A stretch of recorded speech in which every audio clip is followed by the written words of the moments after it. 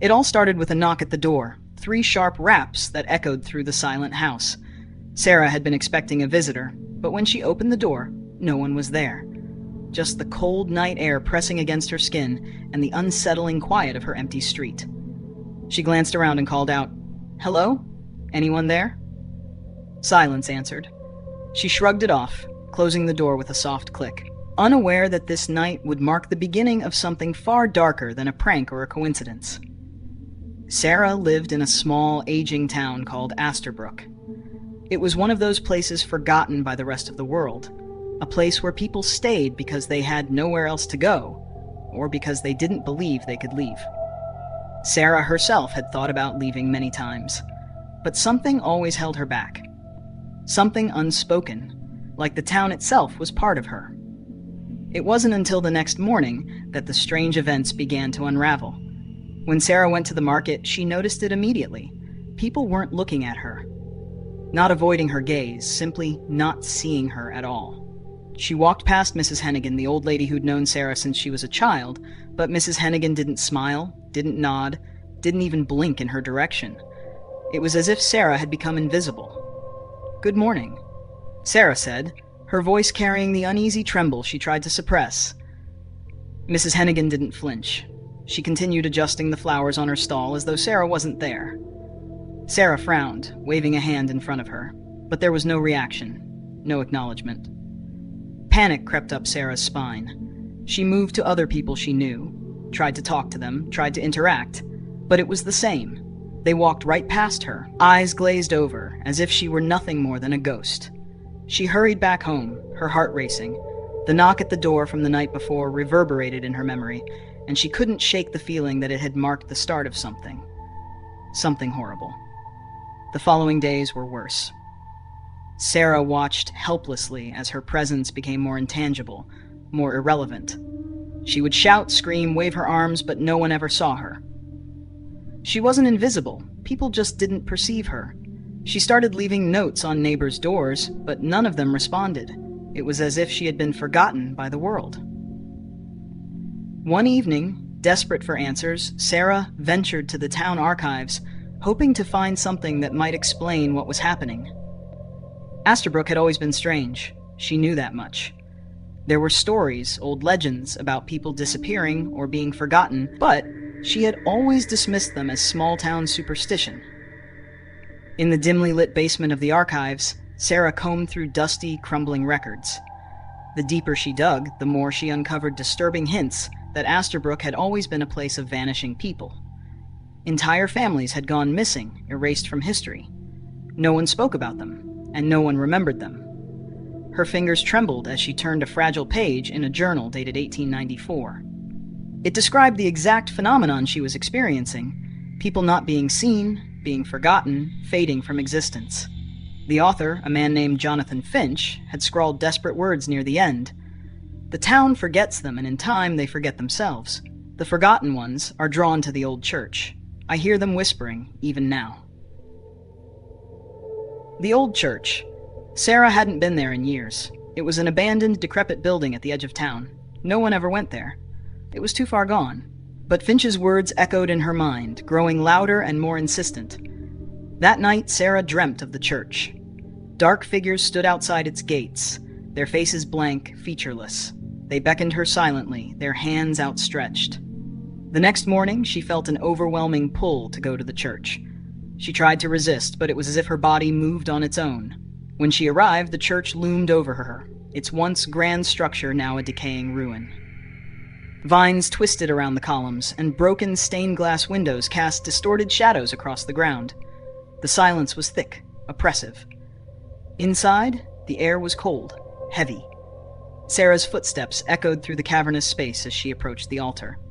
The whispers began then, soft at first, but growing louder. They were coming from the walls, the floor, the very air around her. She could hear them, voices calling her name, asking her to remember. In front of the altar was a long-forgotten journal, its pages yellowed and brittle.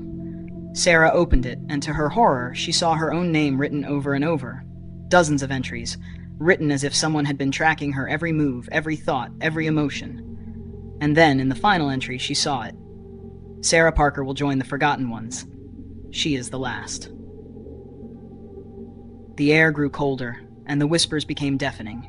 The ground beneath her feet trembled, and the figures from her dream appeared in the church, emerging from the shadows. Blank-faced, they approached her, their hands reaching out. Sarah's mind raced. She was not ready to be forgotten. Not yet. She backed away, but the figures kept advancing. Her heart pounded in her chest as she reached the door, pulling it open, hoping to escape. But as she stepped outside, she realized with chilling clarity that Asterbrook itself had forgotten her. The sky was dark, the streets empty. She wasn't just invisible, she was no longer part of this world. The town had erased her.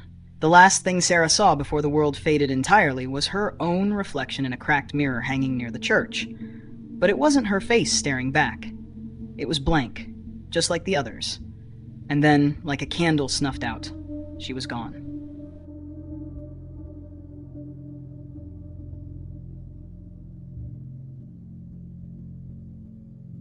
The air was different now, thicker, colder, and filled with an unnerving quiet. Sarah opened her eyes, but the world around her was unfamiliar.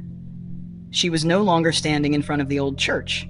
The town of Asterbrook was gone, replaced by a dark, endless expanse, like a fog that stretched for eternity. She felt weightless, as though she were drifting through a dream. The whispering had stopped, and the oppressive presence of the faceless figures had disappeared. For a brief moment, Sarah thought she was alone, but then she saw them. In the distance, faint shapes moved through the mist. People, or what was left of them. They wandered aimlessly, as though searching for something they had long forgotten. Their faces were blank, their eyes hollow. Sarah realized with a jolt of terror that these were the forgotten ones, the people who had been erased from Asterbrook's memory, now trapped in this in-between place. As she watched them, a thought crept into her mind. Was she one of them now? Panic surged through her chest. She tried to speak, but no sound came out. Her voice, like her existence, seemed to have been stripped away. Desperately, she ran towards the figures, waving her arms, hoping one of them would acknowledge her. But none of them did. They continued their endless wandering, oblivious to her presence. A sudden realization struck Sarah. The journal in the church, the one that had predicted her erasure, had described the fate of the forgotten ones. They were trapped here, in this void, for eternity. No one in the real world would ever remember them, and soon they would forget themselves. "No," she whispered, even though she wasn't sure if she could still be heard. "This can't be it." Her mind raced, trying to remember anything that could help her. The journal had mentioned something about breaking the cycle. There had to be a way out. She wasn't ready to accept this fate. Not yet. But then in the distance, she saw something that made her heart stop. Standing alone, shrouded in the mist, was a figure, different from the others. Unlike the blank, hollow shapes wandering aimlessly, this one was looking directly at her. It was a woman, tall and slender, with a face that seemed both familiar and foreign at the same time. Her eyes were piercing, glowing faintly in the darkness. And in her hand, she held the journal. Sarah froze. The woman stepped closer, her movements slow, deliberate. There was something about her presence. Something powerful, something dangerous. "You're not supposed to be here," the woman said, her voice echoing in the empty space. It wasn't harsh, but it wasn't kind either. It was matter of fact, as if she had said these words countless times before. "I didn't ask for this," Sarah managed to say, her voice shaky. "I don't belong here." The woman tilted her head slightly, as if considering her. "No one ever thinks they do, but once you're forgotten, there's no going back." "No," Sarah said, her fear turning into anger. "There has to be a way out. The journal, it mentioned a way to break the cycle." The woman's lips curled into a faint smile, but it was devoid of warmth. "The cycle can be broken, but not by you." "What do you mean?" "The forgotten ones," she said, gesturing to the aimless figures in the distance, "are bound here because they've been erased from memory. But their erasure is not final. It's only half complete." "Half complete?" "They still exist," the woman said. "Barely. As long as someone remembers them, even a fleeting thought, they remain in this place, forgotten but not fully erased." Sarah's mind spun with the implications. "So, if no one remembers them, they disappear," the woman finished. "Completely, from existence, forever." Sarah's breath caught. The woman's words were chilling, but they also carried a glimmer of hope. If people could disappear entirely, then there must be a way to avoid that fate. "How do I stop it?" Sarah asked, her voice trembling. "How do I avoid being erased?" The woman stepped closer, her eyes never leaving Sarah's. "To break the cycle, you have to make someone remember you. Someone in the real world.